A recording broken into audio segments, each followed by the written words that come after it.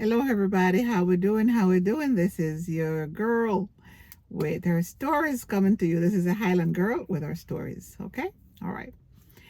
So sometimes you have to roll back the curtains. Yep, roll back the curtains. Roll back the curtains of memories now and then. Show me where you brought me from and where I could have been. Lord, remember, I am human, and human forget. So remind me,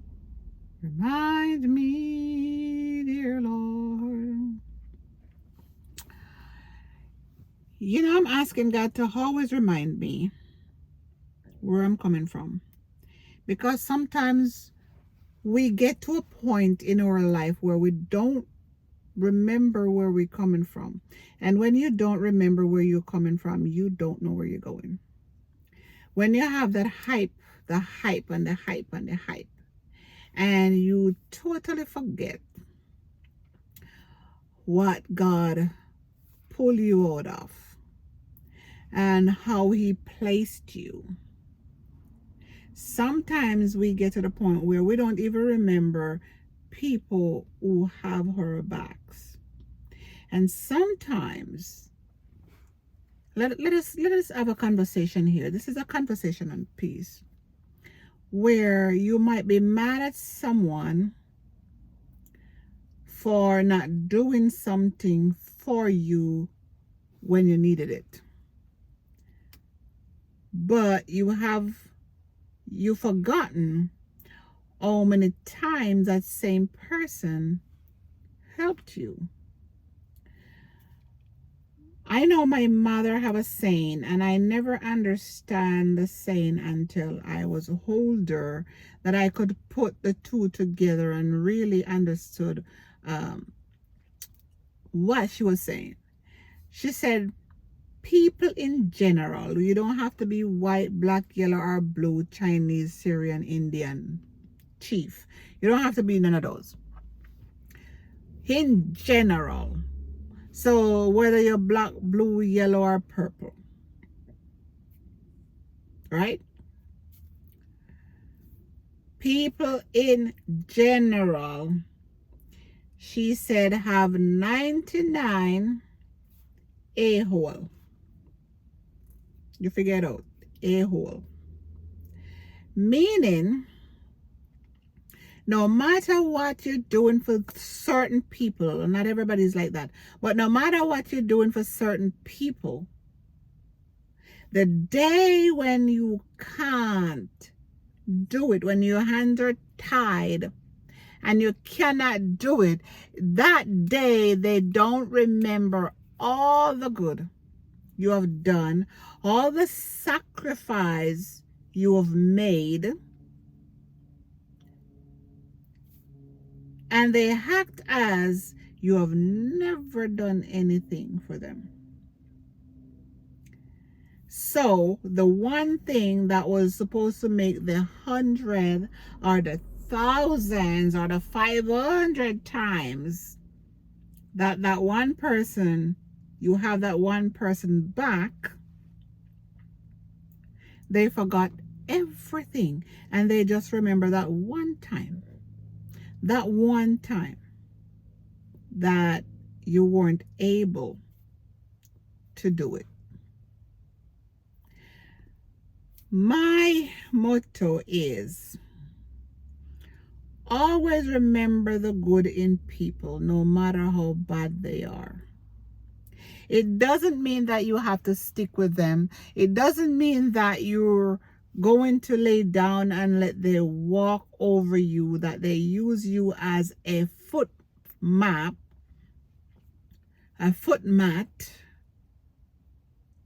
But always remember the good the person done or did for you. Because it can come a day when that same person that did something good for you, it will come a day that that person may have had a mishap, do or say something to hurt your feelings. And then you're going to take that one thing, the one mistake, and I don't mean people who slapping you upside your head, choking you out. I don't mean those type of people. Been there, done that, got the t-shirt. I don't mean those type of people. If the fish comes from the sea and told you, hey, it's deep out there, believe them. Believe the people who show you who they are. Believe them. However, while believing them, still keep in your head, that doesn't mean you should take it and it's a lifetime thing that you hold them your life. No, that doesn't mean that either. But before you send that person to hell, remember the hell that you were in when that same person take you out of it. I've always lived by it, goes by it. I might not stick around that person. I might stay far because I remember the wrong, but I've not forgotten the right they did either. If that person reached out to me and said, hey, Jay, I need your help. And if I'm in that position to help that person, I'm sure we'll help that person. Because of the one act of kindness that that person have done for me. If he or she needs help, and I am in the position to help that person, the couple bad things can maybe that person only did one good thing for me, but that one good thing can propel me to where I'm at today. Speaking from experience,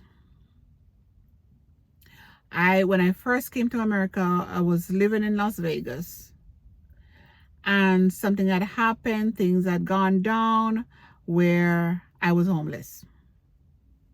It's like poof, and I was homeless. And I was riding on a bus. Matter of fact, when I said I was homeless, I was in the shelter first. I was in a shelter, Safeness, the shelter called Safeness, and I was in Safeness shelter in Las Vegas. They gave me a coin that I could take the bus and go out to see if I could find work, which was like, to me, looking for a needle in a haystack, because I did not have proper paper to work. And so it was a little bit harder for me. I eventually got something and used that same job to file my own papers. But at first it was like looking for a needle in a haystack. And the bus, I did not know where I was going. I did not know what I was doing. I just was riding the bus, just keeping my fingers crossed that something would show up. And I heard some people talking. I could hear the distinct Jamaican accent. And I said, oh, girl, this is your chance. And so I got up from my seat and I went closer to them. And usually this is not something that I do. I don't just jump in people's conversations. But when I sat behind the ladies that were talking, and I just jump in the conversations. And when I jump in the conversation, they just pull me in. And we were just talking, and one lady, I remember, she used to work at a this building that she put on the epaulets and the badges for the soldiers, the Nellis base soldier. And so I got off with her because she was like a mother figure.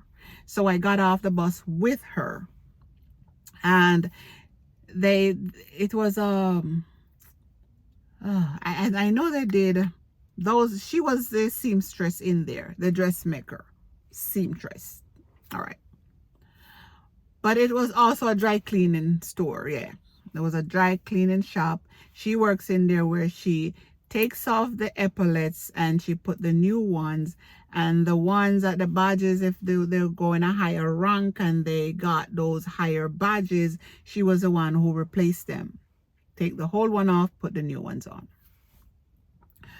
I was able to sit with her and I pour out my little heart. I just pour out what was going on. I didn't have time to be embarrassed, and I didn't have time to be like goody two shoe.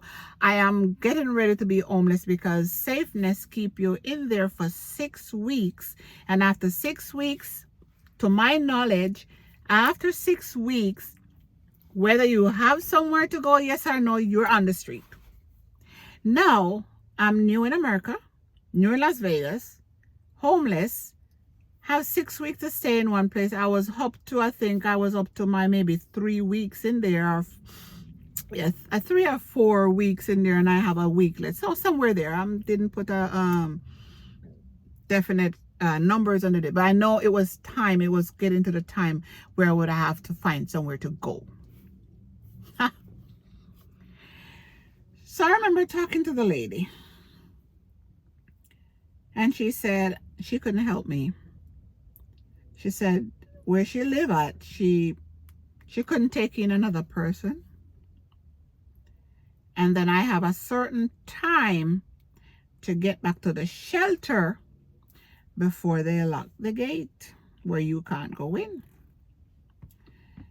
Anyways, I was one of those people that was obedient, and I would, I never like getting into trouble, so I decided that, I'm just gonna go by their rules, follow their rules and everything. So when I went back, I went back at a certain time to get there before the gate lock.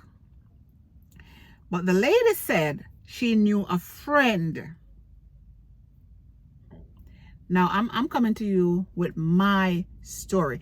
True story. This is not something that somebody told me. This is something that happened to me. So I am telling you my story. She said she had a friend. She said, I have a friend. She have a room and nobody's staying in that room. So I am going to call her, and she called the lady. She asked the lady if the lady could help me out. The lady said, okay, tomorrow I can come by. So the lady didn't even drive. The lady that I'm asking for help was on the bus, right? So she didn't even have a car. So the lady who she was asking to help me came. We sat down. We talked. She have her rules. It's her house. And she is going to let me stay there. And not only that, she's going to also help me to get a job under the table. And while I try sort out my papers. That lady helped me. May God rest her soul, because she passed a couple of years now. That lady helped me. And I remember one day, I'm not being ungrateful. I'm just saying, when people help you, just remember the kindness, because sometimes people is gonna help you and then help you. But if you expect people to help you all the time without you finding your way, you are just stuck. You teach a man to fish so they can stay alive. You only can feed them for a day. You give a man a plate of meal, a fish, that's for the day. But if you teach the person to fish, that is for a lifetime. So I remember I had, she helped me get the job. The job requires 3 buses, I think. 1 here, 1 there, 1 there. I think 3 buses. And she used to drop me off until one day she just get upset. And she decided I need to find my way. But luckily, while she used to drop me off, I used to look at the bus numbers. When I'm passing the bus stop, I used to look at the bus, the number on the bus stop. So what bus, like the 105 run here, the 103 run there, and the 113 run there. So it was 103, 113, and then 105. So I have to remember that. So she dropped me off where I could take the 10, I think it was a 105 first. 105, 105, 113, somewhere there. I don't remember.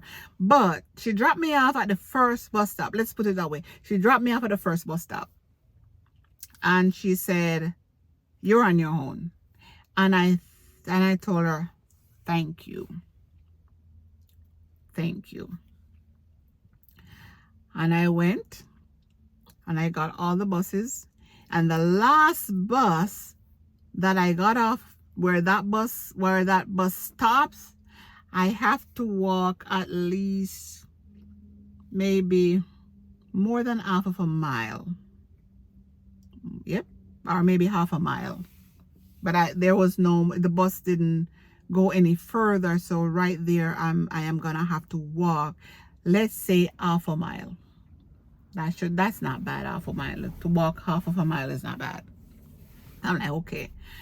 And I did that, and I did that, and I did that, and I did that. And I remember I had to go to church with them, even when I didn't feel like going to church. But I went to church with them. And a certain time I would leave because I have 3 buses to take to get to work. And I went, and I was working with some nice people. I was babysitting, and they had 4 children. One of them, I believe, when I started was 7. One was 5, one was 2, and one was, I think, 9 months old. So I was babysitting all those kids. The 2 bigger ones go to school, and the 2 smaller ones stay at home. But I make myself useful. So sometimes the 2 smaller ones, they're sleeping. I would do the laundry. I would do the laundry. I would take a vacuum. I would clean up. I would do the laundry. I fold the clothes. I clean the house. And she came home and she said, "You did all of this?" And I'm like, yeah, I did it. She paid me to do the laundry different from she paid me to clean the house, and she paid me for the babysitting. So I was getting 3 different pay in the same house. And I was like, whew, all right, got this, girl. And I filed my paper with the money she paid me. I filed a paper. And it's so funny. The person who was supposed to sign the paper was sort of trying to get back with me and stuff like that. So now there was the police, just put it this way, if I got caught in the car with him, because there was a domestic violence and there was stay away from this person, and so we used to just hide. Because I need the help, I need the paper signed, I needed it. And it gone until, what? He said to go down to, and he took me down there, but couldn't let nobody know that he was the one who take me there to drop the charges. Because there was a restraining order on him. So none of us wasn't supposed to be seen together. And so when I went, they asked me if I was the one who actually wanted to do it, or I was forced to do it. And I said, no, I wasn't forced to do it. And what had happened with O.J. Simpson, they didn't allow women to drop charges anymore. So the state picks it up, and then he had to go do classes for domestic violence. He has to do management classes and stuff like that. Was he pissed at me? Yeah. Why have I gone back that road? Because I tried Catholic charities. I tried everything else, and I realized that everything was it's gonna take longer than I wanted it to be. It's gonna be a long drawn out thing. Stuff that they asking me for, I don't know where to get it. I don't have anywhere to live. I'm staying with people, and even though those people helped me, I had a few disappointed moments with them, and they didn't even know it. I didn't tell, and she passed and gone a few years now, and I still didn't say what she did to me, because I use what she did that was right to counteract the negativeness that was happening at the time. And I don't even know if she knew that she was being the way she was. But if it was some people, they would say, well, this person did to me. But I couldn't look at that situation. I had to look at the fact that when I had nowhere,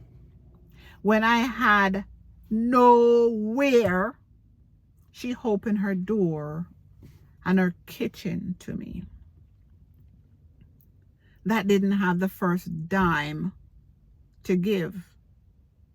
And I tell you, I've heard with my own ear, and I've gotten calls from family member saying da da da da da da. Our friends da da da da da. And I've never one day tell them anything.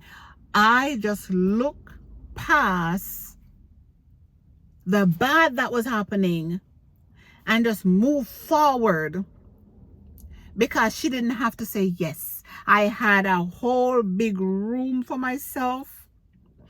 I have TV in my room if I wanted to watch TV. I had a big huge bed. So but what I did was get myself on my feet so I could get out of their house. And I've never turned my back on those people. Never. We've been friends since 2001 up until she died a couple of years ago, like 2 years ago. So I'm saying, sometimes some people help you, and for some strange reason, I'm not gonna tell what she did and what said and what was said. That's nobody business beside mine. Nobody business but my own. I am just saying, people is going to help you and then turn around and sort of kick over the glass of milk and still smile with you. And you know, and you hear, and you see it, and you smile. Because it's the right thing to do. It's the right thing to remember. Me fast, my neighbor. My neighbor. It is the right thing to do, is to always remember. You always hear them say, never you bite the hand that feeds you. Never you ever bite the hands that feed you. I see where I got to a part, bought my house, things happen, on my own with my daughter again. I wasn't homeless though, but that house was like going to grandma's house. So sometime I would tell my daughter, I said, hey, let's go to grandma's house. We need something. Let's go to grandma's house. And I would go to grandma's house because she was like, grandma. It's sometimes your mother is going to do something to you. Your mother is going to say something to you. And you're going to get upset. You know, talk to your mother.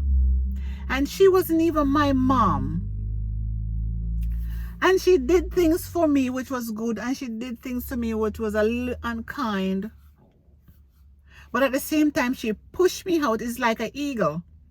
An eagle is never going to feed the baby and keep them in there forever. They're going to push them out of the nest, catch them, push them out, catch them, push them out, catch them until they know exactly what their purpose in life. So I'm telling you, somebody you think that was supposed to help you, don't be that person with the 99 a-hole because they want to make the 100. You think that person was supposed to be there and doing that over and over and over and over and over. And when that person can't do it no more, then it's like they never do anything to you or for you or to you before. And so I'm sitting down here. This is not venting. This is that it's an encouraging people to say, hey, nobody is perfect. No one is perfect. The only man that never made a mistake is God. And some people say, him make man. When mankind doing no, him make him. No. He knew what was going to happen. And that's the reason why he gave us all free will. You know right and you know wrong. Whether you want to do the right or the wrong, it's on you. It's completely on you. So while I'm rolling back the curtains of memories now and then, show me where you brought me from and where I could have been. Lord, remember, I'm a human and human forget. So remind me, dear Lord. I'm sitting down in a car. And I remember when I used to walk, I take the bus. And I walk to a certain distance because I only have the money to get the ticket to a certain direction, the certain area. So I walk one of the bus line and then take the bus to the other parts, and then at that time it have where that same ticket could take you back certain places. So you have a certain amount of time for that ticket to run out. So okay, all right, I am going to walk one of the bus route. Oh Lord help me. And I remember I used to pass some car sales place and I used to stand up. Hey, glory. I used to stand up and look at the cars and said, one day I'm gonna buy one like that. And I used to walk over there and sometimes they look at me and they said, do you want something? I'm like, no, I'm just looking. I was just looking because that's all I could do was to just look at a car and wish. They said if wishes were horses, beggars would ride, right? I changed it. I said if wishes were horses, beggars would own the Caymanas Park, the racetrack. And I remember I used to just wish. This is not my first car I'm sitting in. Nope.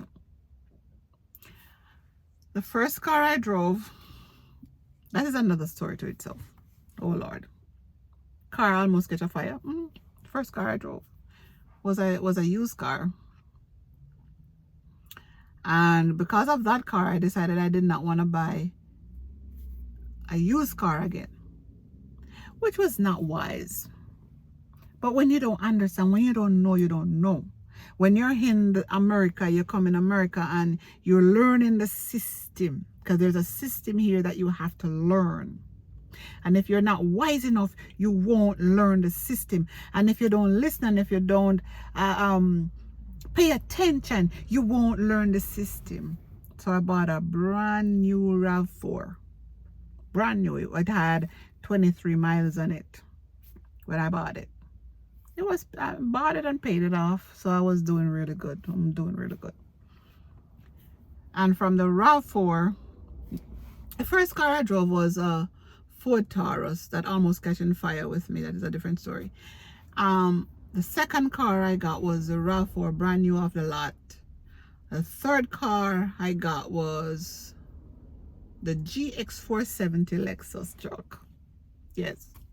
And so that one paid off. Drove it for about 10 years. And I wanted to drive it for a much longer time too, because I love the truck, man. The 470, come on. And so I ended up with this baby here. But I am coming from where I used to go to the parking lot, the car parking lot, to wish and to say, God, I know one day you're going to help me to buy one. So, again, let's come back. We're rolling back the curtains and we're remembering not to be ungrateful. Remembering to be grateful for the people who help you because they didn't have to. And remembering that even those people, when they hurt your feelings, is to always keep in your head what they did for you that was right. Not saying you should stay there forever. I'm just saying always remember what people did for you that was right, so you don't have to send them to hell when they did something wrong. You just have to take yourself, move yourself away then, if you don't want to deal with the situation, and be cordial. That works. Be cordial. Always remember not to bite the hand that feeds you. Always remember that. You can live separate lives, but be cordial. Don't cut them off, send them to hell. Because I didn't do that. And look at me now, blessed and highly favored. So guys, thank you for pulling up your chair, and thank you for liking, thank you for subscribing to my channel. Thank you for helping me moving this thing all the way out there, you know. And thank you, thank you, thank you, thank you. And you come back again. The Highland girl have more stories. Wow, good. You here?